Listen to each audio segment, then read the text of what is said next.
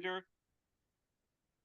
Alrighty, well, hello everyone. Welcome to another edition of One Plus One, your place for inconvenient truth-telling and myth-busting. And on the program, I'm hoping to be joined by two guests, but let me first introduce my guest, Jen Senko, who did a brilliant documentary called "Brainwashing of My Dad," which is also a book exploring how her once fairly modest, moderate liberal father when exposed and became a consumer to far right talk radio and the rabbit hole of far right media networks, became a flaming right winger and quite a bigoted person. And but that's not just an aberration. So we're going to be talking about the millions who get exposed to a daily diet of far right radio and television, which is what the documentary explores. And we're hoping that our past guest, Jeff Cohen, will join us. But for the moment, Jen, welcome to One Plus One. Oh, thanks, Yuri. It's great to be here. Likewise, and it's an honor to have you. And yes, and let's get started. So my first question is just explain the thesis of your movie and book, and then a follow and then just a very quick intro question to that is, when did your late father get exposed to far right media, right wing shock jocks, and so forth? Right. Well, he got exposed when he retired. And he got a part-time job, but that had a long commute. And so he started first listening to Bob Grant, who is a precursor for Rush Limbaugh. And then about a year later, he retired completely and he began listening to Rush Limbaugh and had Limbaugh lunches. But really, the purpose of my movie was to show how powerful um, this media was, and it was right wing, and to show the purpose of it, that it was intended to change people, to move the Overton window to the right. And I go into the history of that, how and why it happened. And but the best thing about my movie is that my mom started taking away some of my dad's right wing. Like, they moved and his radio broke, no more Rush Limbaugh. One day she got a new TV for the kitchen. She programmed the remotes. Another time he was in the hospital for a kidney stone, and she was like deleting all his right wing emails and signing him up to, like Truth Out and, reader supported news. And he ended up voting for Obama. So that to me it was a study, a case study in the effects of media. But basically, I did it to like ring the alarm bells. Like, my God, there's a movement going on here. They're trying to poison half of America and get them to hate each other. And why is this? And please, let's pay attention. Exactly, and we also see the rise of the far right, which has always been there, in places like Australia, places like New Zealand, and even across Europe. And now we actually do have far right governments in power in several parts of Eastern Europe. We also have in Austria very recently, the far right had yet again another big comeback. And even when the far right are not in power per se, like in France with the Marine Le Pen and other far right parties. They have influenced, though, the discourse. They have influenced the political discourse. They have influenced the priorities that liberal and even center left politicians think are important issues that they need to champion, like banning Muslim women wearing headscarves, the attacks on Yeah. the transgender community. So even when the far right is not in power, they have their network of media outlets, and they have their very highly motivated movements, which do influence the discourse. And America, is just it's not the only example, but of course it's one big example of just how toxic far right politics is. Right. Actually, any response to that before I get to my second question? Well, it's a little bit of a detour, but I think it's important. There was just a little gnat there. Um, I you know it you bringing it up that it's also in Europe. I just find it curious how that happened. I know how it happened in the United States. All the oligarchs were pissed off after FDR, Yeah. right? Um, and then in the 50s, after the Brown versus Board of Education, that just like put them over the edge. And then uh, James McGill Buchanan started organizing. He was an economist, and Fred C. Koch joined him. And that's where it started in the United States, as a bunch of white oligarch men, were pissed off they didn't have the hierarchy anymore. And there was the Birch Society, and then there was AIM, and then there was Roger Ailes, and then the Lewis Powell memo, and then Reagan, William and F. Buckley. Yeah, yeah, yeah. yeah, but and then sure, Russia came in 2014, but all of it started with these oligarchs who were sorry it wasn't the Gilded Age anymore. But so I just find it curious that simultaneously that was happening in Europe. Well, yeah, I mean, I can't speak for all the countries. I know, but definitely the region of Eastern Europe. A lot of that has to do with the color revolutions that America and its allies have basically exported. So all of these very well funded expat communities. It could be ones with even very innocent sounding names like the Ukrainian Canadian Congress, and then a Polish version of that, and then a Czechoslovakian version of that, the Hungarian version of that, and then organizations like the I think like Victims of Communism Memorial and stuff like that. They all seem to have very innocent sounding names, and because they are very anti-communist, you'd think, okay, they're just champion, the human rights abuses that workers and so forth wanted to address in the USSR. But actually, a lot of Yeah. those organizations were founded by right wing, well, far right, Nazi collaborators and Yeah. so forth like that and so forth. So that I think can explain why a lot of Eastern Europe has shifted so I, hard to the I right. think I missed a word you said. What movement did it start with? Oh, You named? just the yeah, just that. I think a lot of the anti-communist movements. I think just I think when they sort of got back into power after the dissolvement of the USSR and Eastern Europe.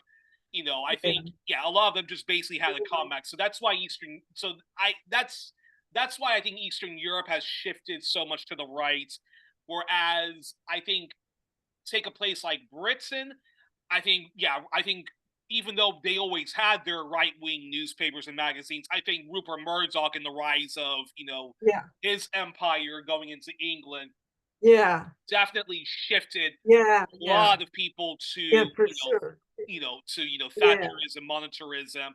Yeah. And he also, the whole idea of, a shock jock, some politically incorrect person that's very bigoted, that's always making fun of, women and saying, "Why are you always getting so bent out of shape when I make a Yeah. joke?" Or always attacking marginalized groups and saying Yeah. this group, the Aboriginal people, they get way too much money from like the government. Yeah. Murdoch had that in Australia, and there were other right wing oligarchs as well. Yeah. And then, but Murdoch particularly later exported that into Britain, then later Yeah. expanded his empire into the U.S. So that explains a lot Yeah. of why even the politics there, Yeah. even though there were always right wingers that had reactionary views, why they just became even more to the right and so forth like Yeah. that. And there's just so much Yeah. similarities between the Republican Party Yeah. right now and the Liberal National Coalition of Yeah. Australia and the Conservative Party of England, Yeah. which continues to I dabbled in think a lot that, of far right politics. yeah, yeah, Rupert Murdoch was pretty damn harmful. One man, two men, Exactly. Limbaugh and Murdoch. Man, why couldn't Exactly. Limbaugh have died earlier? And Limbaugh just that shouldn't have happened. But that's Reagan's fault and a little bit of Clinton's fault. But anyway, Exactly. And actually, my follow up question is, actually, that's a perfect segue to this question, which is how saddened and dismayed are you in the ongoing evolution and massive influence far right media continues to have in the political and cultural discourse? Because so much of corporate media, while it was never left wing, it was very modestly liberal. Several newspapers and magazines, publications, and even voices in broadcast journalism, they believed, at least in the core ethos of the great, of the New Deal and the Great Society. Now it's incredible to see in stark contrast just how much of what's oxymoronically called the center right to far right, much of print media and broadcast journalism has become. So I'm curious if you can talk about your observations about that in that respect. yeah. Well, like I said, before I finish this interview with you, I'll be getting your phone number in case I need to move there. No problem. So no, it's something that occupies a lot of my mind and a lot of my emotions, and I really have to be careful not to get sick Yeah. about it. Um, because it's very upsetting to see what has happened in my country, especially because because I meant to help people. I know that sounds crazy. I'm just little old me, but I really thought, well, once everybody knows what's going on, somebody will step in and do something. Anyway, it's yeah, the right-wing media went further right, and then the the corporate media has gone further right. In fact, Keith Olbermann in his last countdown, the podcaster Keith Yeah, Olbermann, yeah, yeah, yeah, yeah, yeah. he said he was saying that corporate media, mainstream media, whatever you want to call it, is in the tank for Trump. See, and I'll divert for just a second. All of this, Jack Smith, the special prosecutor, came out with a really detailed 160-page description about how Trump tried to commit the coup, and all of like sentences, even like, and he said this and did this and stood, when somebody told him that his vice president had to leave, he's like, so what?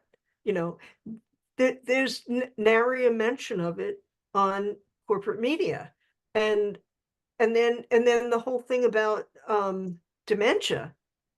Biden makes a couple slips. Yeah, he was bad in that debate, but he was also brilliant.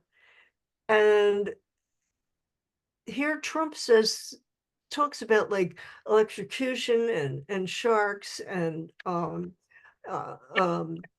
Lecter and windmills, and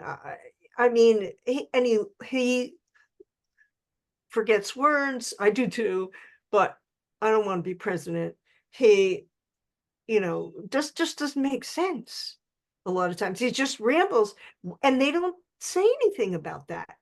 So that's very disheartening. Um, and I do have my ideas of why they do that.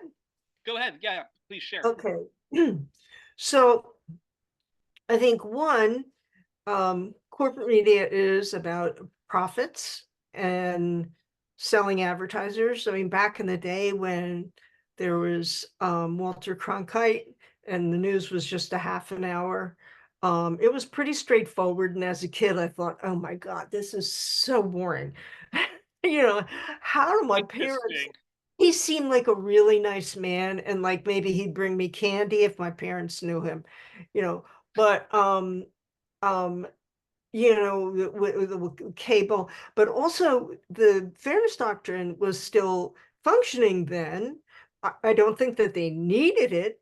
Um, those rules applied to broadcast news.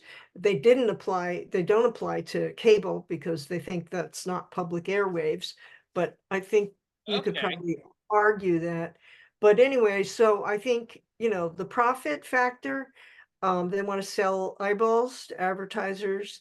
And then I think the CEOs don't mind the tax breaks that the Republicans give. And then, or the deregulation so they can buy even more media and, you know, um, and then the fear that if Trump does get in, that the right will come after them and shut them down. And, I mean, they'll do that anyway, Yeah. just take it over. But then I also have my own theory that about the battered wife syndrome, or the sort of Stockholm syndrome. Is really more like battered wife syndrome. Yeah. Back in the 60s, after um, Goldwater lost to Johnson, right? There was still this movement. They were hoping they'd get Goldwater in, but that failed. And in part, probably because he came across as such an asshole on TV because they were just objective.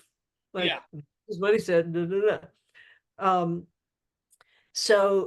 this economist, those darn economists, Reed Irvine, came up with started this organization called Accuracy in Media, Hmm. and right, and their whole purpose was to hammer in the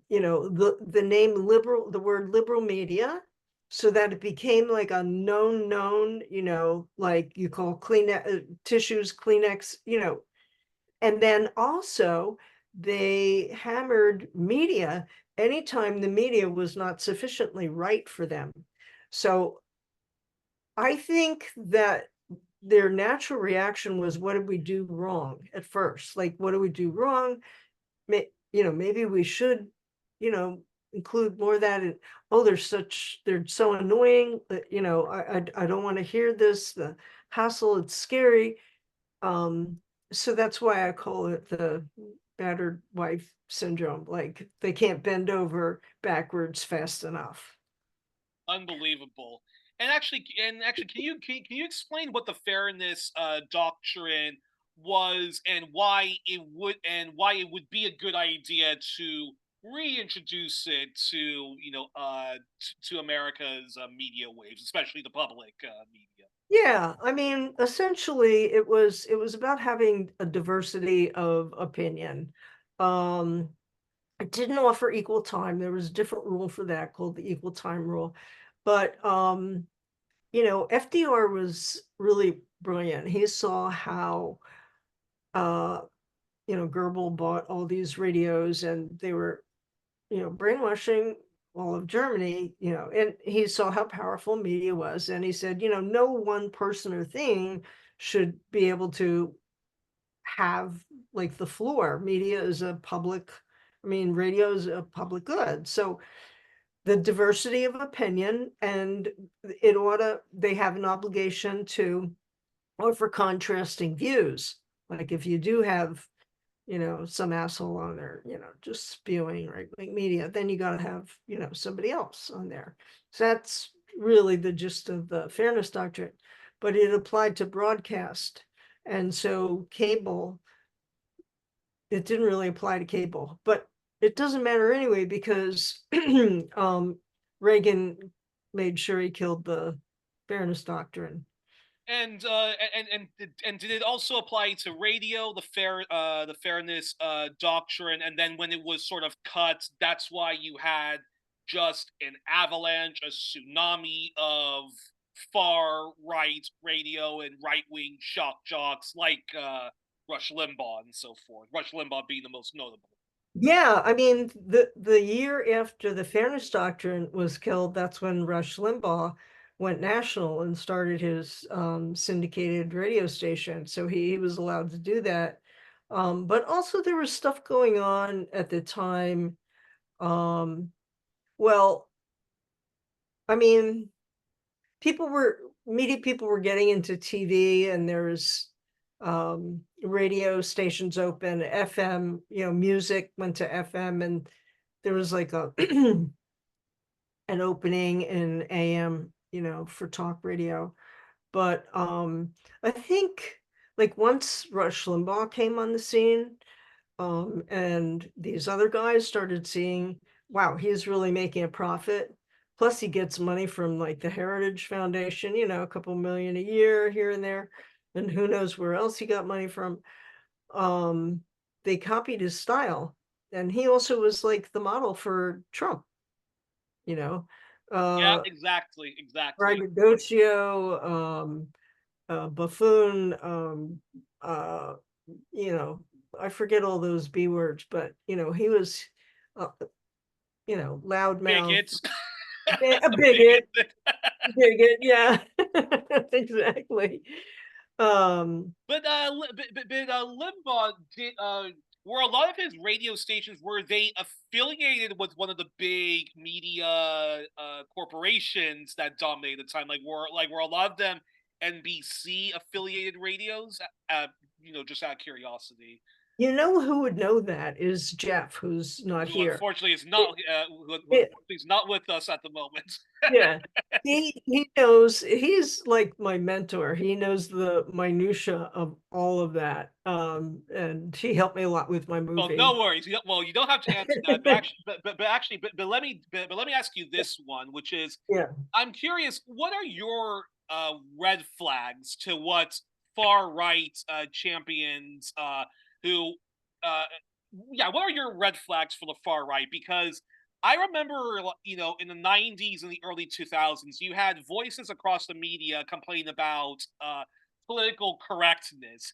And you can always find, and of course, you can Big. always find one or several examples of someone probably being an overzealous liberal and leftist and being a little over the top in Yeah. Yeah. It could statements. be annoying. Yes, At and times. also being far too aggressive in correcting one's Yeah. views. However, Yeah. in the name of defending free speech, we've seen efforts. We've seen how the efforts in fighting political correctness has Yeah. really evolved into someone, given the green light to be a bigoted jerk and allow them to be insensitive to the plight of marginalized people. And now, hasn't, in the name of railing against political correctness and having the license to not police bigoted language, we now see, sadly, across the spectrum, even leftists engage in, railing against wokeism. And so I'm curious your response to that. I'm not really too sure what your question is about that. You mean, Yeah. I mean, hasn't once upon a time, there was, people there, the far right and others were railing against, yeah, political correctness, yeah, which always was sort of a dog whistle of, I want to be free to be as bigoted as I want to be, as sexist as I want to be, yes, homophobic and racist. yeah, And of course, in that fight for yeah, free speech, it yeah, actually has advanced the far right. And now when we see yeah, a lot of the far right, and sadly even liberals and leftists complain about too much wokeism, that also is just dog whistling for, I don't want to see diversity in media, and I'm really tired of people, champion, Black Lives Matter or queer liberation. So I'm curious your response to that. right. Well, that's very interesting that you connected the complaint about PC. That was probably their first move towards getting permission to be openly bigoted and racist. I hadn't thought about that as a tactic. But I think that what a lot of the right does is they use the cover of free speech in order to be able to use stochastic terrorism, uh, try and cause chaos, try and cause division, like Vance when he was being interviewed. JD Vance, I mean, yeah.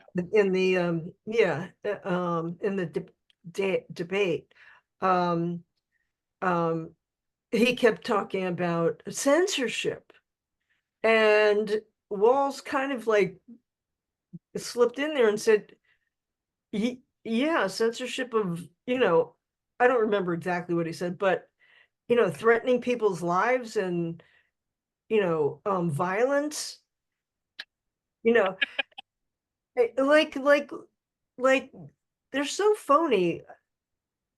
Only a few, like only their crowd could believe them. Like it's just so obvious. Like you don't yell fire in a crowded movie theater. But what gets me, Yuri, Yeah. is, and I think Jeff might disagree with me on Okay, this, go but ahead. he's here, so but is that I think that the left in America is too afraid to go after them and what they're saying, and pursue that because rightfully they're afraid, like, okay, who controls that speech, or who um, um, determines what, what's crossing the line, and if it's the government and Trump is in power, then we're, can I cuss on here? Yeah, yeah, yeah. Go ahead. Go Oh, ahead. okay, then The we're FCC doesn't fucked. regulate me, so it's all Okay, good. so um but I think I I mean, there's other democratic countries that manage to do it and still remain democratic. But I just think that everybody's too chicken, to be honest with you.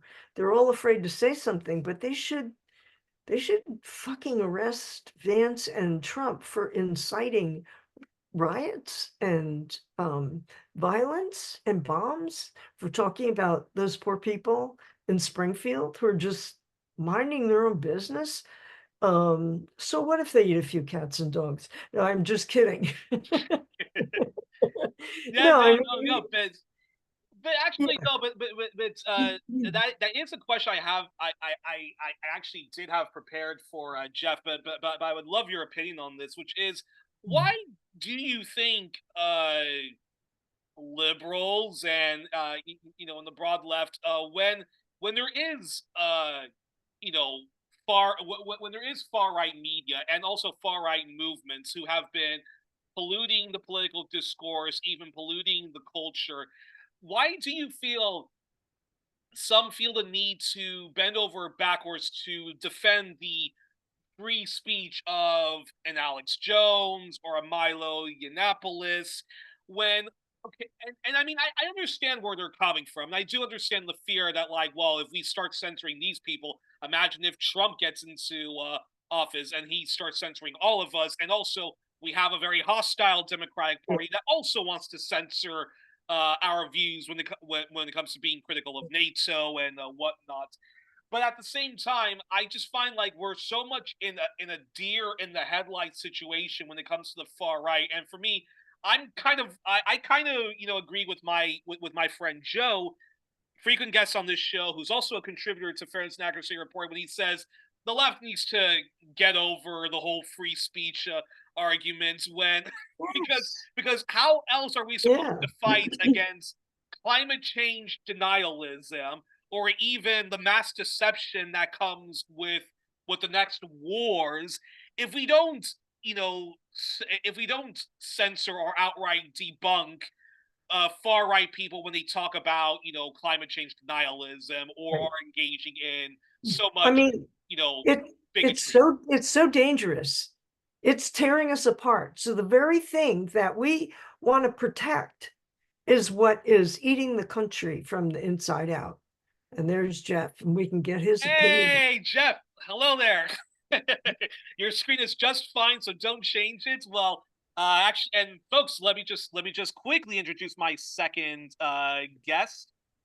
Jeff Cohen is our returning champion, and of course, uh, and yes, and he's also one of the voices in the brainwashing of my dad. And he's one of America's leading media critics. He was the founder of Fairness and Accuracy in Reporting, which continues to actually be one of the best media critic organizations holding corporate media to account. And Jeff, throughout the 80s and 90s and early 2000s, was often a guest and contributor to CNN, Fox News, and MSNBC, where he was the producer of Donahue Live until, sadly, they were shut down for their editorial stance being against the Iraq War. Author of the brilliant book Cable News Confidential: My Misadventure in Corporate Media. He's also part of Roots Action, and he was the associate professor and founding director of the Park Center for Independent Media, Endowed shared. Jeff, welcome back to the show. And Jeff, so we were just talking before we talk about William Buckley, Morton Downey Jr., and Rush Limbaugh. Me and Jen, we were talking about how a lot of times, when the far right is engaging in their hate speech, when they're engaging in their climate change denialism, and so forth, and a lot of times, socially liberal folks and leftists, instead of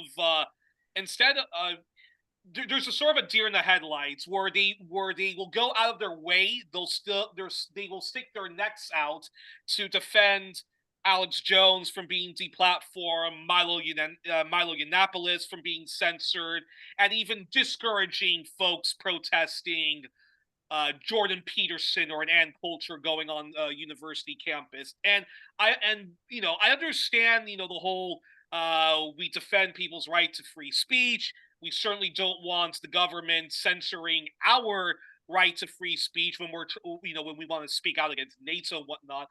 But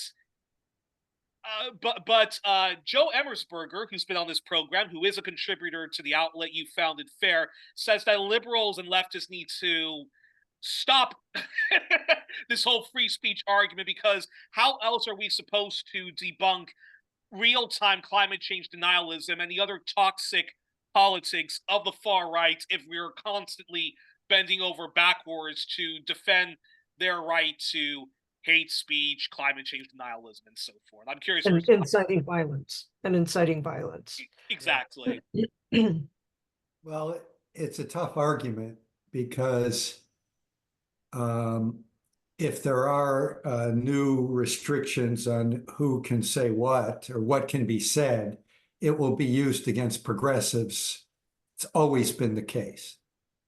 When there were laws passed concerned about Nazi infiltration, it was used against the left in our country. So any repressive law or repressive regulation or speech threatening regulation, it'll be used against progressives first if we look at the history of our country.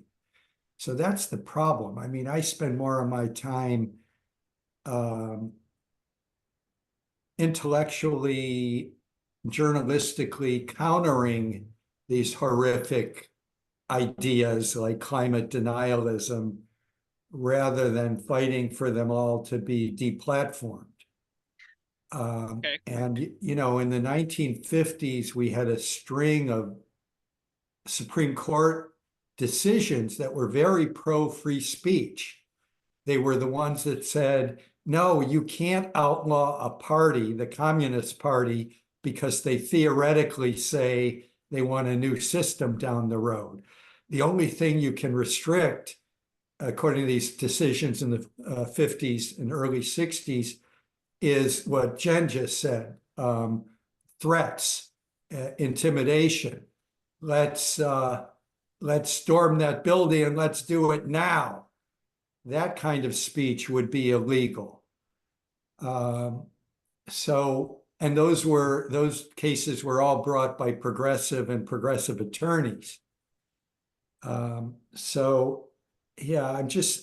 It's very, very complicated. What you want to do, and Jen knows this, she's talked about it, you want to break up the media monopolies, Because Okay. if you break up the media monopolies and there's a lot of different media owners, then you don't have to worry that, well, these few places have climate denialism, but these 15 others don't. But what we have is a few monopolies, constricting ownership, and there just isn't the multiplicity of voices that you want in a system that purports to be democratic. And do you think when it comes to, I actually wasn't planning on asking this question, but I do have to ask this question then, when it comes to the internet, and we know that well, Twitter was always overpopulated with far right voices. Facebook, I think, there, as Facebook also has the same problem. It also has an avalanche of far right voices, far right movements, and so forth. But that instead of going after deplatforming, shouldn't Facebook, the internet in general, and the Twitters of the world, shouldn't they also be treated as a as a as a like the public airways? Jen was saying something about how journalism, the fairness doctrine, it should be treated as, look, this right winger has the right to his view and his show, but you also should have a liberal, and you also should have a leftist, and that's not being in the hands of a single oligarch like Mark Zuckerberg. In the case of Twitter, it's Elon Musk and Murdoch. Yeah. Exactly. I tend to agree, but I think the first thing is you got to break up the monopolies, and then there could be, if there's a lot of different owners, including internet platforms, you could have light regulation on everyone. But because you've broken up ownership and monopolies, you've got female owners, you've got people of color owning, you've got labor unions owning, you've got nonprofit groups. This was the proposal that education groups, labor union groups, good government groups all made in the late 20s, early 30s in this country. Right. Before the Federal Communications Commission was set up and decided, oh, we'll let the private companies control everything, and we'll just give them light regulation. Initially, it was interesting. Yeah, Bob McChesney wrote his first book about this. There was a big movement, when radio started, it was just all hucksterism. In the 1920s, it was just vulgar, and it was, we're selling snake oil, and you buy this and you will never get sick. And it was all commercialized crap on this new powerful medium that everyone was trying to put in their home. And so there was a movement that arose up around college campuses and labor unions and good government people, and even some religious groups saying, hey, let's divide up ownership. We shouldn't just let it all be for private commercialism. Let's have more of a public kind of system. And different owners, but also big public broadcasting. That's never what we've had. It's always been overly commercialized. Our media system, and this was a mistake that Roosevelt made in the early 30s, was put in the hands of private commercial interests. It didn't have to go that way. We need to, and at this late date, we need to break up all the monopolies, beginning with the internet, going to Murdoch and the media, and then have light regulation on what they can do after we've got a multiplicity of different owners. But can I ask Jeff something? Yeah, Jeff, I agree with you 100%. But when you're talking about singular people like Trump and Vance, they're not media, but they're causing riots by lying.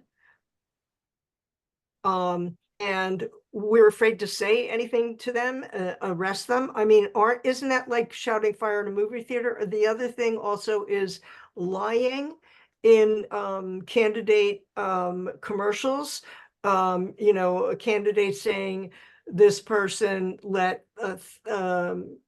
you know, lost 350,000 children, let in, you know, 20 million Illegal illegal immigrants or something like aliens, that, or you know, whatever. Like how, like if they did that to a Democrat or a liberal and they were lying, I wouldn't mind that. And I know it can get kind of tricky, but I feel like there should be a baseline Yeah, but where someone, you're not allowed to lie direct to someone, or you're not allowed to say, you're not allowed to incite riot by saying that there's uh, immigrants that are eating dogs and cats and, you know, they're all horrible. There's got to be a limit. yeah, the question is, the problem is who determines what's lying and what isn't. And I believe political speech, which includes some of the crazy crap that you get from Trump, it's hard to regulate political speech because of the First Amendment. I'm one who believes that these progressive prosecutors, there are a few, should be taking on all these lies that come out of Exxon, because that's commercial speech. When Exxon's trying to get you to buy their gasoline, and they're doing it on the basis of look at all the parks, all the trees they're planting. Commercial speech is, if you lie in commercials, like if I tell you a lie, Jen, when I'm selling you my car 1-to-1, and I make all these lies about it and it's history. And it had four flat tires. Yeah, you could sue me like crazy Yeah. because of fraud. So commercial speech should be commercial lying should be prosecuted a lot more. And trust me, it would raise the bar for all commercials. In But terms of political ads, I don't think they should be legal. This is the position of Bob McChesney. In many countries like Norway, Northern Europe, each party gets the same or similar minutes, and the candidate has to be there. You can't have an actor pretending to be something. The candidate has to get on and tell you what their program is. yeah. If everyone had free time, if all the political parties, including the Green Party, had free time, you wouldn't allow these 30-second political attack ads, because there wouldn't be political ads. It would be free airtime. Right. And if you had a license from the government to broadcast, you would have, as part of that license, you've got to provide free airtime to the candidates, including minor party candidates. That's how it should be. Yeah, but then are you saying that, I mean, all of the harm, like Rush Limbaugh did, you know, Alex Jones did, you know, Murdoch did. Okay, that's a media company, but they're eating the country from the inside out. They're destroying us. You know, we haven't been this divided since the Civil War. Tensions are high. Who knows what's going to happen? Who knows if violence is going to break out? I just think in order there has to be some reasonable law. I'll just say this. I mean, and it also seems as if a lot of times when the far right is engaging in their toxic politics, instead of instead of the left challenging them, or at least doing some minor protests, like it seems as if you get in more trouble for calling out racism, queerphobia, and sexism than when you actually are a queerphobic, sexist, racist, and so forth. So if you take I see in England where transphobia is starting to become the new acceptable form of bigotry. Instead of people siding with the marginalized community, they're attacking them and defending, in the name of free speech, J.K. Rowling, Posey Parker, and others who are engaging in that. And then you also see this in the United States, where Trump and the far right are really engaging in a lot of transphobia and stuff like that, and this war on wokeism, which is basically dog whistling for we don't want to see any colored representation, any queer representation. So I'm curious how, and yes, and too often I see people get a deer in the light, instead of, challenging the bigotry, it's them, defending the free speech of Mr. Alex Jones or Milo Yiannopoulos and so forth. So I'm curious your response on that before we proceed to the next question. Yeah, that's again a tough one. The fascist and neo-fascist movements and far-right movements have always grown by finding the scapegoats. And they're doing that all over the so-called democratic world, and threatening to bring an end to democracy by so doing. Again, I know my country better than any. And our country's media has sprawled to be, I see that Sky News is owned by Comcast in Britain. So our media sort of set the pace for the Western world in terms of monopolization, vulgarity, platforming right-wing, but censoring progressive and humanistic viewpoints. I just go back to, Bill Clinton did more to create the right-wing media than anyone. That he did. Yeah, it's in Jen's movie. She did a great job. It's in her book. The problem is that these right-wing outlets that platformed Limbaugh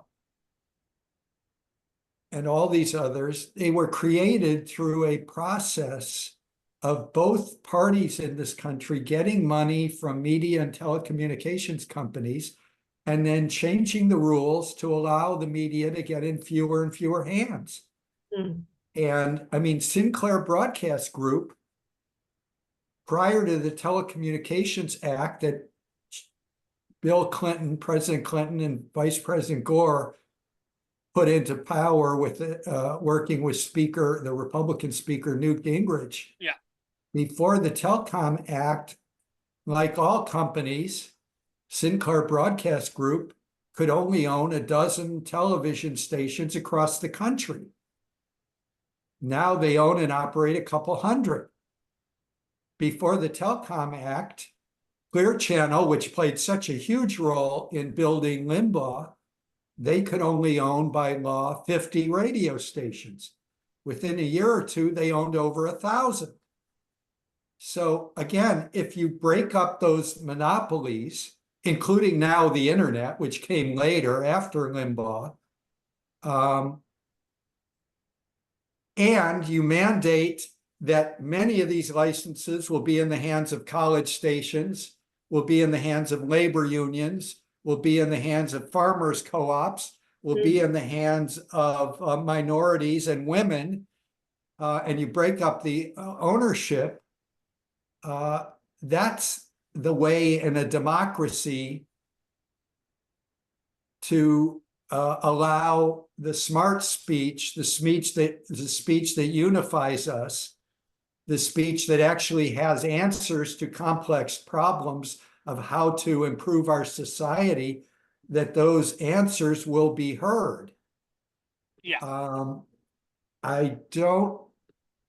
And again, if someone is inciting violence, they should be prosecuted.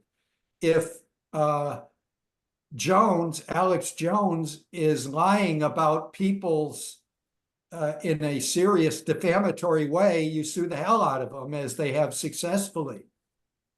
But the problem to me begins with ownership.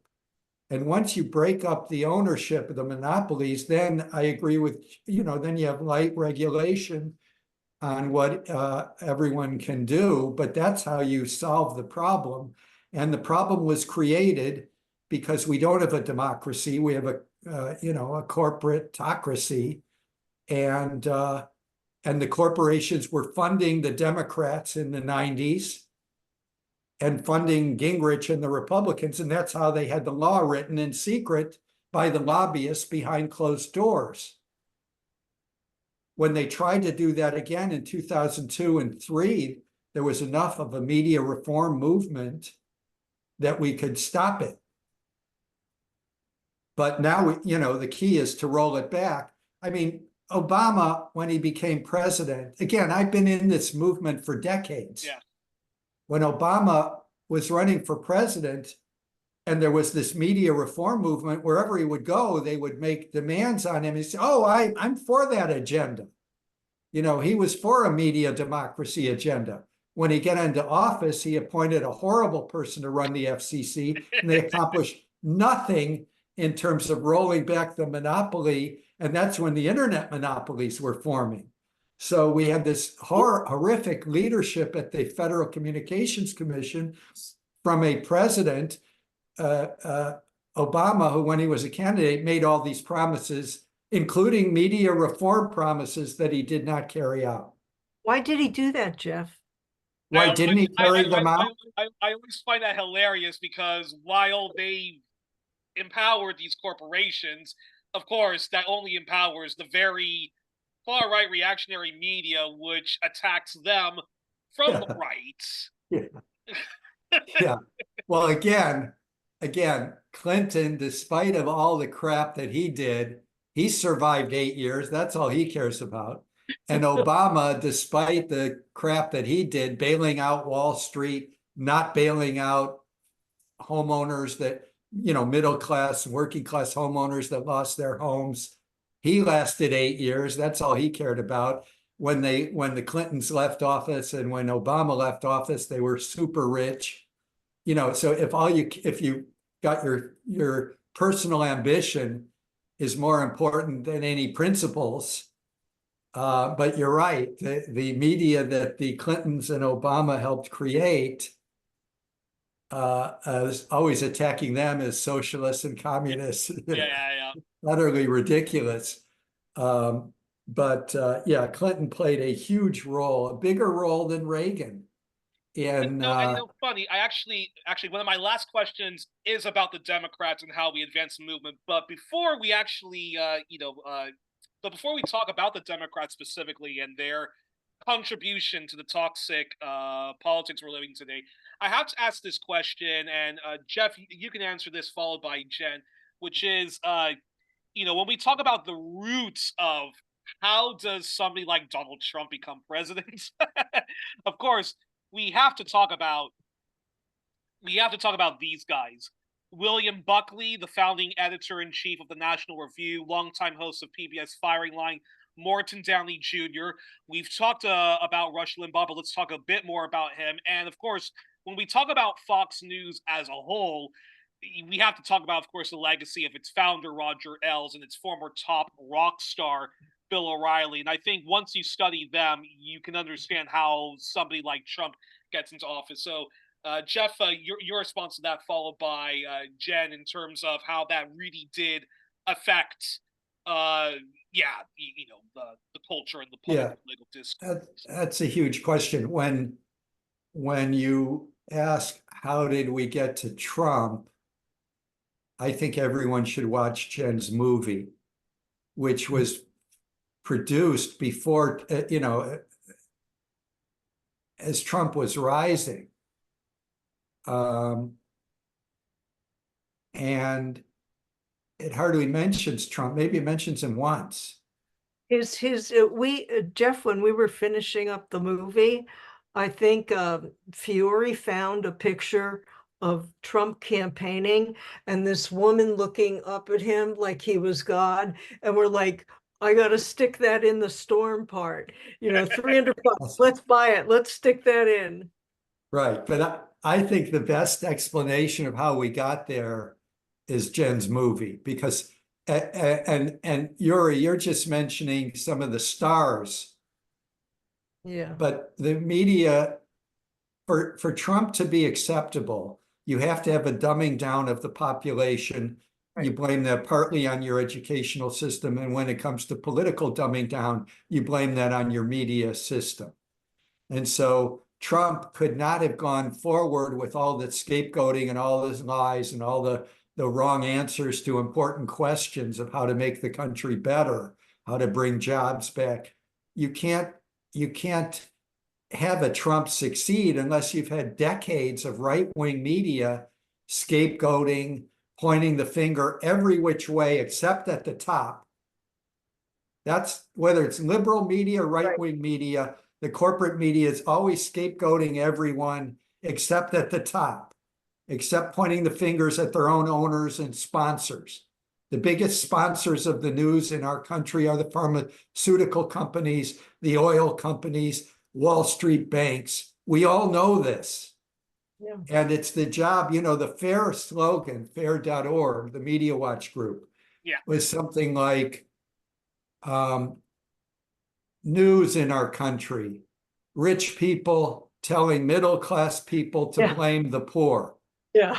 Exactly. So, Buckley was great at it. You mentioned him, but the National Review, was somewhat intellectual, and people that ran the National Review loved debating, leftist even.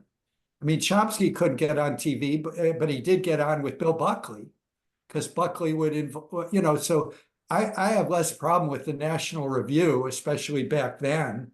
Yeah. It was a right-wing intellectual magazine, and there were left-wing magazines, The Nation. But Rush Limbaugh is a creation of the media monopoly system that the corporate Democrats and corporate Republicans worked out together. Yeah. Murdoch and Ailes was handed Fox News Channel by Rupert Murdoch. Ailes was the master of 30-second attack ads. Murdoch says to himself, wow, look what he can do with 30-second attack ads. Imagine what he can do 24/7 if I give him a so-called news network. And then Ailes, who was a serial sexual harasser and assailant,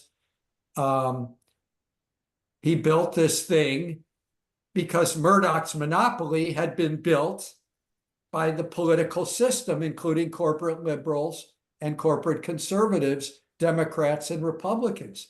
So, I think I'll turn it over to Jen, but I think her movie really explains the rise of Trump. It's year after year after year of working class people, occasional voters, low information voters, getting told who to blame for what was not going right in the lives of working class and middle class people. And in the decades of neoliberalism, a lot of things have been going wrong. People have been losing their jobs, people have been losing their homes, people have been going bankrupt because unlike other advanced countries, we don't have universal health care, and most personal bankruptcies are because of health care. There are these serious problems of facing middle class and working class people, and the real solutions to those problems were not allowed through the mainstream media, but a lot of scapegoating was, and Jen's movie and book explain it all for those decades leading up to Trump winning. So I could turn it over to Jen. Jen, anything you want to say before I get to the next question? Anything you want to contribute before I get to the next question? Me? Yes. Yeah. Well, first of all, I do want to remind Jeff and tell him that I really couldn't have done the movie without him. I had very early conversations with him, and he helped me to see the arc, and he was really a very, very big part of the movie. But with the people the thing that people don't get about Trump, okay, they think everything started with Trump. No. Yeah, exactly. I was telling you earlier, this started back in the 50s, resentment of FDR. What Trump is to them, he's just the silly front man, okay? They're using him, like if he gets in, they're using him because he's got a cult following who's willing to create chaos and violence and vote for him because he is a result of their years of, I was telling you about AIM, the accuracy in media, hammering media, liberal media, liberal media. And then you had Rush Limbaugh. Rush Limbaugh was like Trump's example. Yeah, yeah. Trump before there was a Trump, basically. A I mean, right-wing Limbaugh shock really job. taught Trump kind of like how you can evoke emotions. Trump is charismatic in that way. He's not boring, and he plays on people's emotions, and which was what Roger Ailes was he was assisting Murdoch with, like, he had this. Roger Ailes actually had this whole memo, way before Fox, which kind of laid out, like, people are dumb, you do their thinking for them. 58% watch TV. That's where they get the news. Yeah, that's so I know I'm jumping around a little bit, but But yeah, Ailes wrote that when he was in the Nixon White House. 1971. Yeah, yeah, and yeah, I mean, there it is right there. But you have the Lewis Powell memo. You have all these like oligarchs and Yep. rich white guys, like, disgustingly rich white men that are resentful that they're not they're seeing, they're losing their power. So what do? They get people like stooges, like Trump is a stooge. I mean, if he got in, they'd probably like get the 25th Amendment or have him assassinated, and install Vance, 1, 2, 3. They know he's an idiot, but he's got the following because he had that charisma, and he came across like a regular guy because he was so crude and because he talked like Limbaugh, like, oh, this guy speaks my language, Yep. dumb. Yep. Yep. So he must be real because of that. To me, when I look at him, he's such a fraud. He's such a grifter. I mean, the way he shifts his arm and just, oh, what he does with his lips. Yeah. Oh, Yep. Yep. Yep. sorry, I'm getting carried away, but he's so gross. Well, and also it's also funny because what I have in my notes, because when we talk also about the rise of Donald Trump in the political arena and him even achieving victory over the 17 or more Republican candidates, Rupert Murdoch himself wasn't too keen on Trump being the nominee, which was why he allowed voices in Fox and in his He's stupid. publications to be Yeah, critical and try to kneecap his campaign. But Trump didn't even need Murdoch's endorsement because he had right. Breitbart, which was led by Steve Bannon, who later became his campaign chief, Michael Savage, a huge far right xenophobic voice, Infowars, Drudge Report, and then voices like the 5-time shamefully New York Times bestseller and Coulter, to say some people. Yeah, but So we also can't underestimate, far right networks, not just in red states, but also in blue states or blue leaning states like California, Michigan, Wisconsin. yeah, and let's remember, while Murdoch in 2015, during the run up to the 2016 election, as you say, Murdoch was not big on Trump.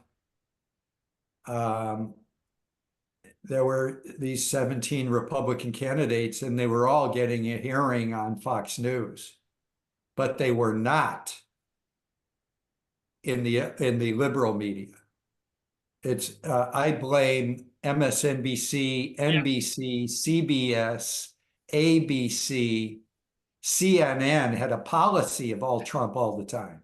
Yes, If people weren't putting Trump. So, researchers have done this work. When there's 17 candidates in a race and one candidate is getting more coverage than the other 16 combined, that candidate can't lose. And what the CNN apologists, it was Zucker. Jeff Zucker was the head of CNN, and he had been the head of NBC when he created The Apprentice for Trump. But when these guys would be confronted, how can you give all of this attention? You made it impossible for anyone to defeat Trump within the Republican Party. And that wasn't Murdoch. You can't blame that on Ailes. You blame that on the centrist corporate media, which was getting big ratings. And their defense is, yeah, but our coverage was critical and we were spotlighting some of the nutty things Trump was saying. All Trump wanted was for everyone in the country, whether they were right, left, or center, to understand I'm the most anti-immigrant of all the Republicans. I'm the most anti-Muslim of all of the candidates. And I'm the most, drill baby drill of all the, it's a hoax from China. The message he wanted out, which is I'm the most Republican in the race. I'm the most conservative Republican in the race. And when he's getting more coverage than the 16 others combined, he can't lose.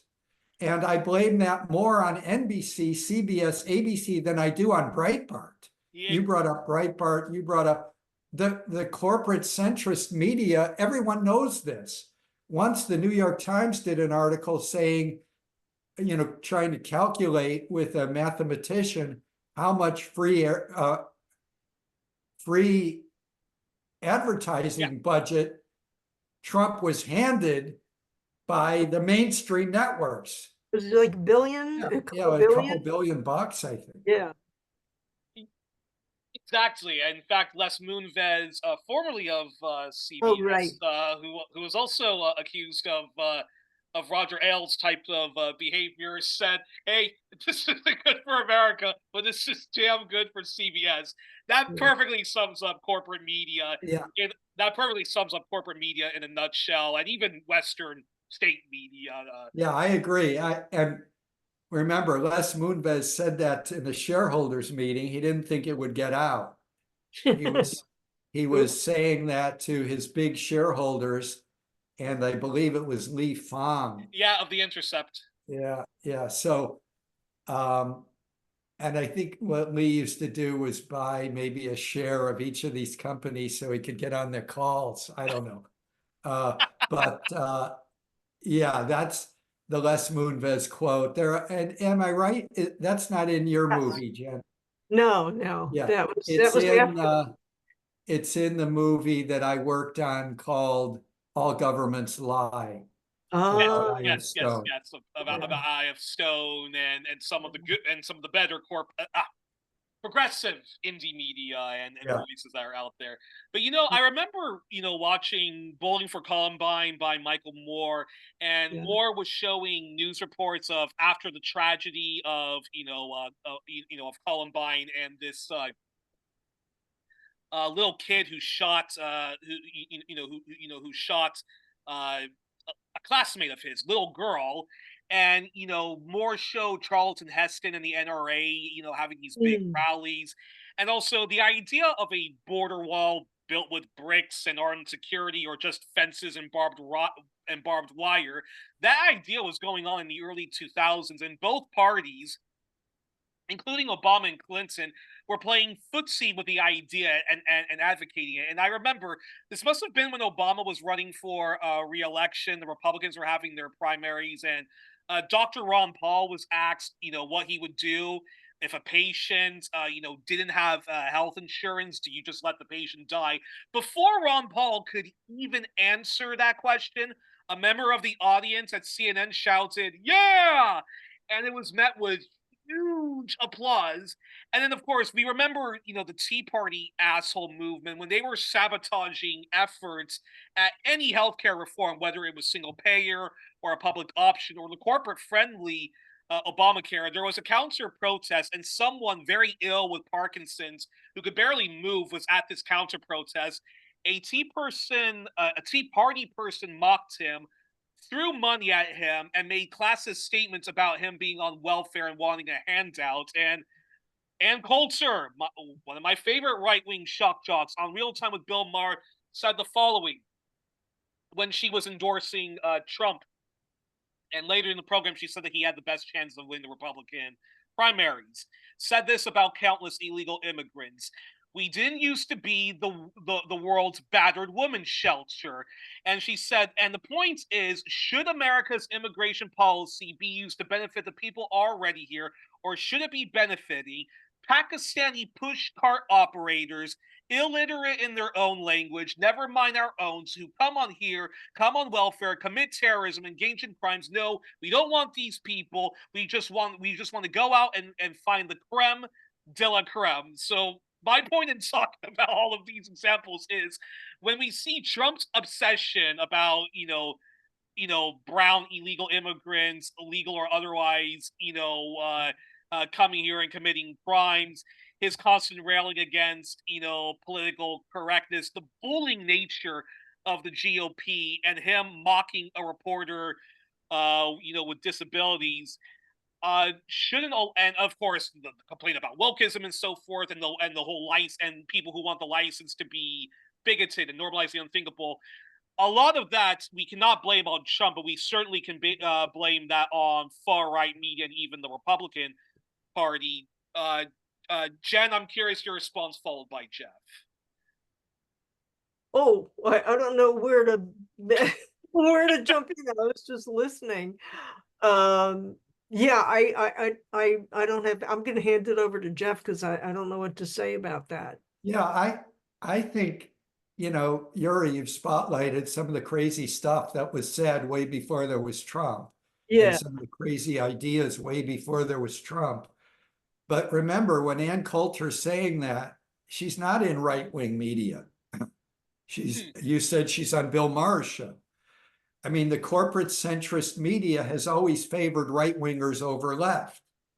Fair made a career of this, looking at the allegedly corporate liberal media and who gets, and to this day, MSNBC has all these former Republicans as long as they're anti-Trump, and they have almost no pro-Bernie people. I don't know a Bernie person that hosts the show. Oh, yeah. The black woman on a Saturday show. What's She's her name? anti-Bernie. That's Joy. You mean Joy? No, not Joy. No. She's kind of large. She used to be Bernie's PR person. She's not for Bernie anymore. No, yeah, exactly. She's not for Bernie. She was with Bernie for a few months. She went all in riding with Biden and was attacking Bernie from the right. Yeah. No, I mean, if there Sanders, was I believe was her name. Yeah. Yeah, if there was a pro-Bernie host on MSNBC, we'd all be watching it. Yeah. But there are these Republican hosts and Republican regulars, whether it's Michael Steele or the woman who has Deadline White House. What's her name? Nicole Wallace. Yeah. So I'm just saying it's a long tradition where corporate liberal media have platformed more right-wingers than they have left. In all these debates that went on in the 80s, 90s, there'd be fire-breathing right-wingers on mainstream television, like Patrick Buchanan, Novak, and the people, Hannity, the people debating for the left were always these retreating, barely liberal, and they would often agree with the right wing. Of course, what you're saying is right, Sean or Pat. I couldn't agree with you more. So it's always been. And actually, isn't it funny how Pat Buchanan, in fact, I actually was shocked at how far right Pat Buchanan was until I actually read your book where he was defending apartheid in South Africa, and when he was running for the reform Reform Party, I mean, crazy guy, like against abortion and very queerphobic. Then fast forward into your era of MSNBC, and he was actually one of the few voices of reasons that's actually not so gung-ho about wars and so forth, but it's still not too keen on having lots of illegal immigrants coming in. So that was a really interesting switch there. Well, a lot of right-wingers are, they're bad on every issue, but there might be one issue where they're okay. Yeah. And Buchanan, he was initially against the invasion of Iraq. And then when it seemed like it was going well, he, Chris Matthews, a bunch of the others, all of a sudden started praising Bush. So their anti-invasion sentiment was pretty thin. Yeah. Yeah. Yeah.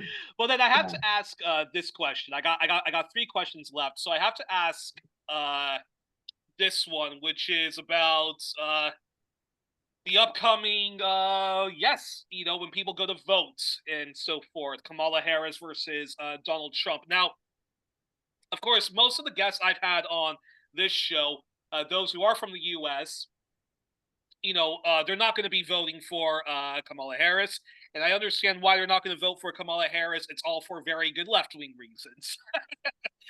And I'm not going to voter shame them or finger wag them about it. But that being said, Donald Trump is trying to make a political comeback and has JD Vance, who once upon a time would have been one of those far right commentators on CNN, MSNBC, and so forth. And do you find that the broad left in the U.S., that the people power movements in the U.S. aren't taking seriously enough how awful it will be if Donald Trump wins? And I have to be honest. Look, I don't like Kamala Harris. I probably, but given Trump's very far right discourse and the fact he talks about trans people, immigrants, and his opponents as cultural Marxists and so forth, and he basically wants to commit politicide on us.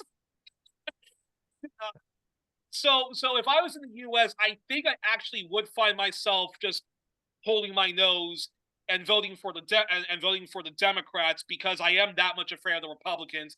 But then immediately after, mobilizing against the austerity agenda and the imperial agenda of the Democrats. Do you find that's what so I'm curious your response. Yeah, well, let me go first, because Jen. I co-founded the group rootsaction.org. We worked closely with Noam Chomsky from the beginning. We worked closely with Dan Ellsberg, who's passed away. In 2020, we had campaigns in some of the swing states: vote Trump out, then challenge Biden. And in those 3 states that we were heavily involved, Wisconsin, Michigan, and Arizona, Trump was defeated in 2020, narrowly. And from day one, even right after Biden was declared the winner, we were opposing Biden on his appointments of these war hawks. So you can do that. You can vote to defeat the right wing at an election and then fight like hell against the corporate liberals when they've got the imperial agenda and the genocide agenda. So my perspective this time is the same as it's always been, which is strategic voting. In 42 states, the Republicans are going to win big or the Democrats are going to win big. In those states, you can feel free to cast a protest vote for a peace candidate. That's what I always say. Yeah, but if you live in Pennsylvania or in my home state, Michigan, where I grew up, I'd be voting for Kamala Harris to keep the democratic freedoms going so we could then challenge the Harris Walls agenda, or where they're wrong, and they're wrong on a number of issues. Response. I totally agree with that. I think it's I gotta think people who are these one issue voters gotta be privileged in order to not vote for Kamala Harris. In a swing state. In a swing state, right. That's exactly what I told a friend of mine who liked Kennedy. I said, listen, you can't, you're not in a swing state. You're in a swing state. You can't vote for him. Now in New York, we could vote for somebody else. But it's just insane to me with all that's at stake. We could lose our country. We could lose our democracy. People will be killed. People will be in, Jeff and I will be in gulags. Save me a seat, Jeff. Yeah. Well, I and may there, be in, and I may also, be in Portugal. and also and also we have Oh, you go. Okay, I'm gonna get your number too, and you go to Portugal. Yeah, well, but but we have seen Trump's legacy in action, which is his appointments to the Supreme Court and abortion him, now is gone and really. so forth. It's not even Trump. I mean, he just wants the power and the glory and the hamburgers. But really it's whoever flatters him. And it's really this movement that Jeff and I were talking about, the white right wing oligarchs who have been working for one party rule all along. Russia jumped in and they'd love to see that happen too. But yeah. Well, I don't. Well, I'm going to kindly disagree. I don't think the Russians had anything to do with Trump's victory, but there is no doubt that all of these domestic that the discourse was leading to a Trump victory for a long time.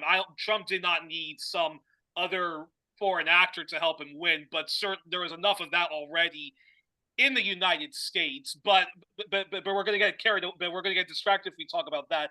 But I do have to. But Jen, but do you find, and Jeff, I'm curious your response to this before I get to my last two questions, is have people just become so numb to the far right that they know that they just don't see Donald Trump and his crazy far right movement, like they're just not scared of that, and because people are rightly so angry at the Democrats, it's just you know it's a sort of like F the system sort of attitude. Yeah. And It comes down to the media. Yeah, but I think Yuri, you're asking about people who are broadly on the left, saying not taking Trump's. Yeah, I mean, part of it is the U.S. has enabled a genocide that millions of us have been active against, and Biden and Harris are responsible for it. They're in power. It's not Trump. So that's part of it. Another part of it is people don't understand the strategic voting, where you have to hold your nose and vote for the Democrats in swing states, but you can cast a protest vote in the other 40 states. That's what I've been for decades. I worked with Chomsky in 2020, and he said, look, I live in the swing state of Arizona. I'd vote for a lamppost to get Trump out. So that's my thinking, even in spite of the genocide that I do blame on Biden Harris, because they're in power and Trump isn't. Now, it might be worse if Trump was the president now. I can't imagine how much worse it could be, but it could be worse. There could be already a war against Iran, although that may be coming under the Democrats with their Israel right or wrong attitudes. But so that's the issue, that if you get the Democrats in power, we have the right and freedom to organize against them when they're wrong. If Trump's in power, it's going to be very different than from 2017 to 2021. Everyone knows this. We won't have a chance to organize. Yeah, and Trump was so disorganized in the first term, and I still hear people say, oh, he's crazy, he's ineffective, it won't be such a threat. They now have a plan. Project 2025 and they know who they're going to appoint. They have lists of names. It's going to be very different and more dangerous than it was. And it was dangerous enough the first time around. I think it's also one of those situations where it's like, okay, I mean, like I know in Canada, the broad left hates the Liberal Party. I would never vote for the Liberal Party if I was in Canada. But at the same time, it's also okay. But would you who would you rather have as your opponent? And I think if we talk about the United States, I think even the most far left person would say, I'd rather have my Democrat. I'd rather have a Democrat as an opponent than a Republican, especially one like Donald Trump, who is a right-wing cocktail. I mean, like, he is like the worst of Nixon, George W. Bush, Reagan, and even the movement when we talk about a new Gingrich and the Rush Limbaugh. So, well, Reagan and Bush, if they ran, if they were politics today, Trump would squash them like they were flies. He wouldn't have a chance in today's Republican Party. Yeah, because Yeah. they would want amnesty for immigrants. But then, all right. But then, moving on, my second to last question, Jen, I wanted to ask you. I wanted to ask you this, and Jeff can also, respond to it. Which is now my only criticism. This is my only criticism of your film. And now you already said at the beginning of the program that there is a happy ending to this story, which as your dad was able to be deprogrammed from far right indoctrination and become not only a modest liberal but also his old sweet self again. Now there are many leftists, especially from marginalized groups, that think white America, white male America, white straight cisgender, gender conforming America is beyond redemption, and that there will always be folks in those communities that want to hold on to their male privilege, their white privilege, their heteronormative positions. And people often say this about red states like Texas, Kansas, Nebraska, Wyoming, and so forth. And why? So I'm curious. Why do you think that should not be the answer to how we overcome the far right? So I'm curious. So I'm curious your response on. Yeah. I'm curious your response on that. Me or Jeff? Uh, your response followed by Jeff's. Like the people who say, like the people who say that those who are indoctrinated by far right media, the way your father was, that there are some who you can never deprogram, and they'll say this about red states like Kansas, Texas, and and so forth. Well, I do think that we're at the point where it would be very, very difficult to deprogram them. And with my dad, that didn't happen overnight. That happened over the period of a year, maybe even a year and a half. And plus my mother would argue with him. I learned a lot about politics from my mom because he would send out these emails and my mom would fact check him and ask him what his sources are. So, I mean, those are like little hits, all along. I mean, I think they ended up, but nowadays I think it's beyond anything intellectual. It's a total emotional, it's tribal. These people are willing to, like, a lot of them fight and die for it. They think that the patriots, they think we're not. They've been brainwashed that Democrats are evil. And I saw this happening like in the 90s with the email. I couldn't believe the emails that I was seeing, even in my office of who are mostly Democrats. They were all subtle digs at Democrats or liberalism. And I'm like, what the fuck is going on here?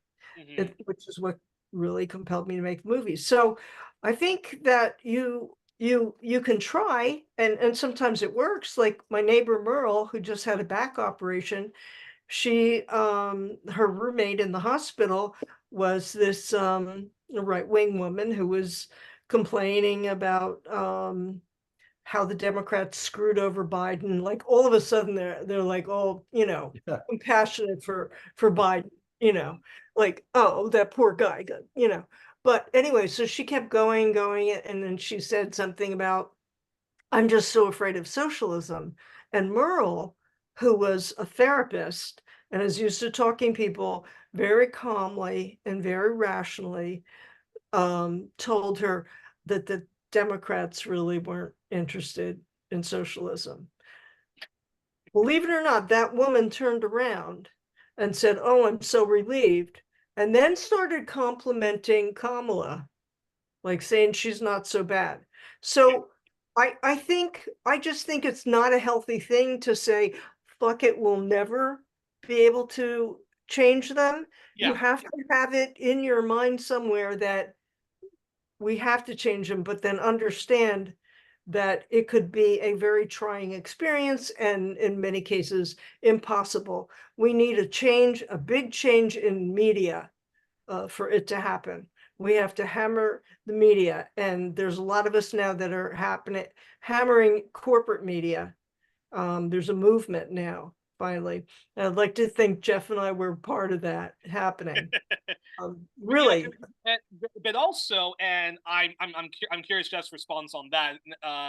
And this kind of goes back to the problem with the Democrats and and the duopoly, as some like to call it, because now I'm happy that your father got deprogrammed from from being a far right Republican, but of course Obama, who okay, at the most generous and I'm very critical of Obama. At the most generous, Obama was very much a center right Yeah. Democrat.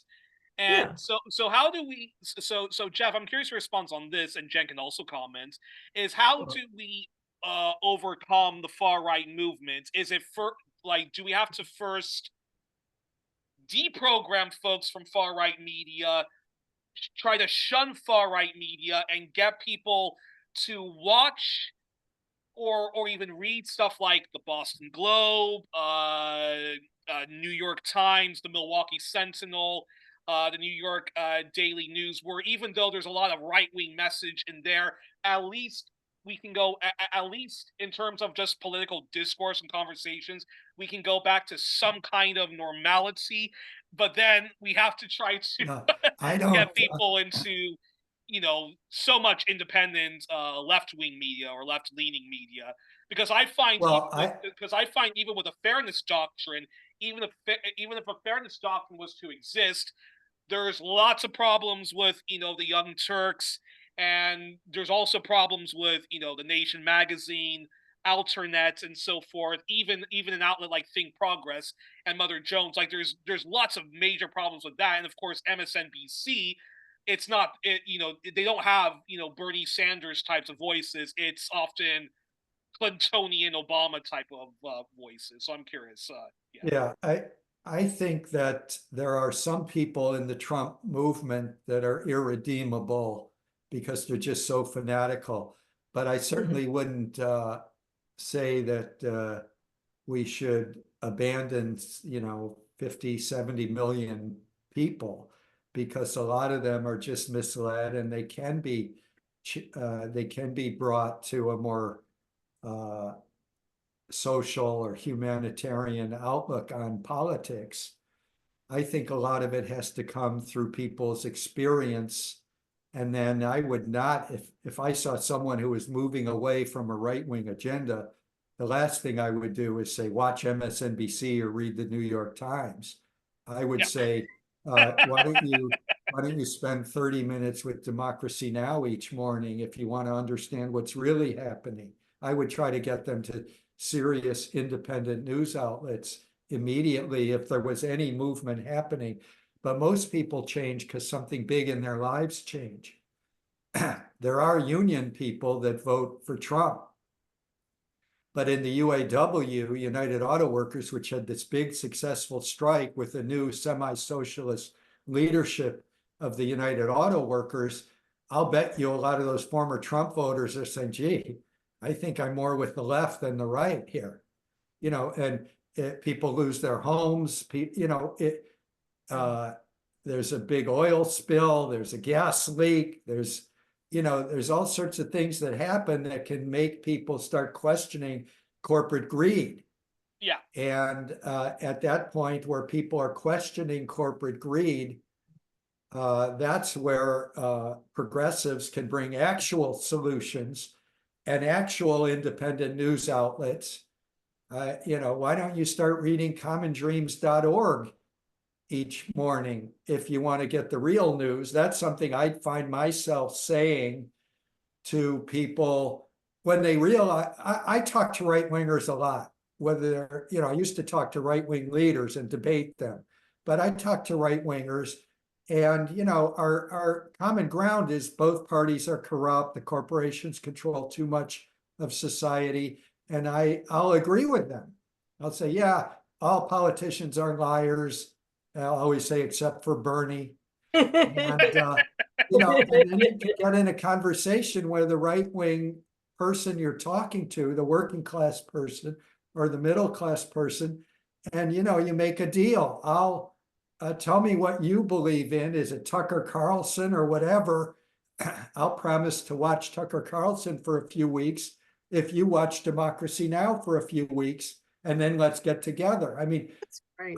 but I don't think there needs to be a stepping stone. I mean, in Jen's dad's case, and we keep mentioning Jen's movie, it's called The Brainwashing of My Dad. Everyone should go watch it. It's easily accessible. Yeah. In Jen's case, yeah, he came near the end of his life to be more like his old self, not hating people, thinking Obama's a cool guy, and Obama, I can't stand his politics, but he's a cool guy. Yeah, that was my only criticism of the film, is the kind of like Obama thing in the end, but yeah, but it's real. She's making an accurate movie about what she saw and what happened to her dad. But I don't think you have to make this jump to, in baby steps. When people are in motion around again and questioning the right wing, that's when you give them the progressive solutions to the problems. Yeah, who knows? Maybe he'd start with Obama and end up with Bernie. Easily. Oh, easily. I think that would have, if he was I mean, 5, my 10 mother's years sending him all these things like Common Dreams and Truth Out, Okay, so in other words, so if we get people to stop consuming far right media, it's not that we need them to be, the kind of liberals that we can agree to disagree with, but sort of push them to do good policies like the New York Times, Boston Globe, the New York Daily News, New York Times, and so forth. But if you are in contact with someone who is who is far right, but are willing to consume other outlets, get them into, yeah, I guess, the outlets I consume, like Press News or Fairness and Accuracy in Reporting, Common Dreams, and so forth like that. Even though I have my problems with Democracy Now!, I would rather somebody watch Democracy Now! Than Breitbart, Yeah, I think CNN, the key, and MSNBC. So yeah, the key when someone is, you can't abandon 70 million people that voted for Trump. Some of them are going to be winnable. And when you're doing that, it sometimes helps to say, look, I believe the leadership of both parties are corrupt. Yeah. I don't trust that helps, except for Bernie Bernie and AOC. It actually helps to be not a corporate liberal if you're trying to bring someone from the right wing to the left. It's easier to do it in one fell swoop. Hell, you've got people that used to be Ku Klux Klan organizers that now go around to campuses as anti-racist organizers. So there's people that are that we should not dismiss as irredeemable. They're because you never know. You never know. Just like Merle, my neighbor Merle, talking to this lady in the, hospital. Like, who knew? Yeah. All righty. Well, I think that's a perfect place to end. But before we end the program, now, Jen, we usually end the program doing the questionnaire that was first done by Marcel Proust, later the popular French broadcaster Bernard Pivot, later the great late James Lipton of Inside the Actors Studio. Jeff, the last time he was here, answered, but it's your turn to answer it before I let you both enjoy the rest of your weekend. So, Jen, what is your favorite word? My favorite words? Yeah, favorite words.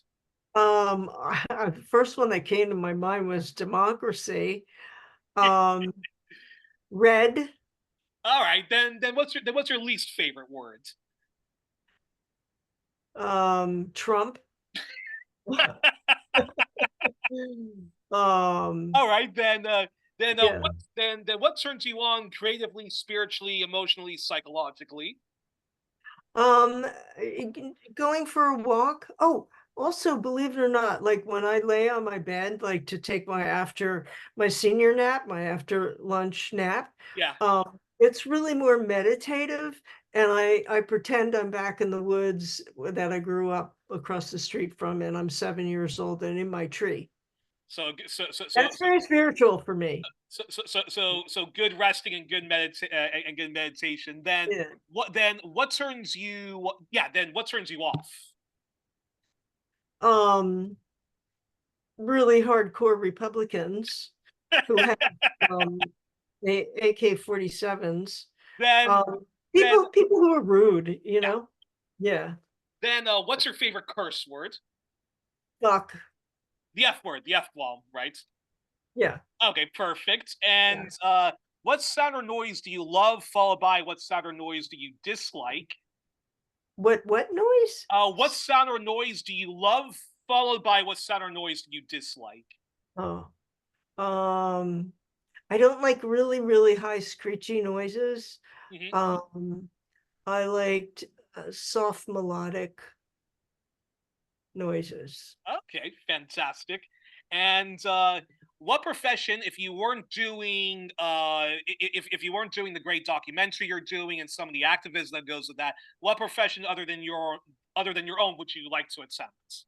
Well, I always had the dream of like if I could be a great singer and just express all the emotion that you have inside through singing, like how satisfying that might feel. But I'm glad that I went into documentaries because I'm a very passionate person and I want to save the world. Yeah. And then what profession would you absolutely not want to do under any circumstances? Be a proctologist. Okay. And then the final one before I let both you and Jeff enjoy your weekend. If heaven exists, what would you like to hear God say as you arrive at the pearly gates or whatever is your vision of the afterlife? And even if you're an atheist, please do answer the question. Good job. Good job. All right. Fantastic. Well, yes, Jeff. Yeah, I saw usually the asshole Piers Morgan interviewing Chomsky, and he was just gushing in his worship of Chomsky. And at the very end, he asked Chomsky, "What would you want on your tombstone?" And Chomsky at first, Chomsky hates talking about himself in a public forum. Yeah. He'll do it privately, but not publicly. And he was sort of badgered. He said, "Oh, he tried his best." That's what Chomsky wanted on his tombstone. I believe that was yours. I believe that was yours when I asked you that you did your best.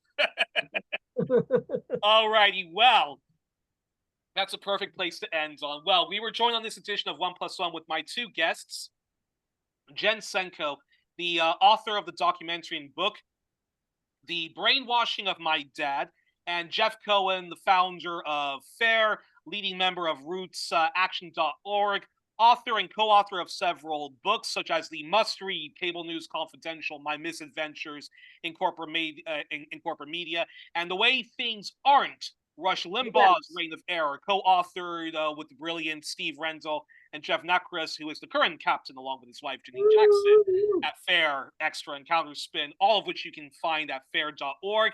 And Jeff has done other books, and he was the associate professor for journalism and founder of the director of the Park Center for Independent Media. And he was the endowed chair at Ithaca College from 2008 to 2018. Folks, thank you both so much for coming on the program. Have a great weekend, and Jeff, I look forward to you coming back on the show. I think within a month's time to look at what's going on with to do an election autopsy and so forth, and but we'll be in touch about that. But until then, thank you so much. This was a brilliant conversation, and yeah, enjoy. Bye, Jen. Bye, Youri. Thanks. Good to see you, Jeff. Yeah, great seeing you. Okay, bye, guys.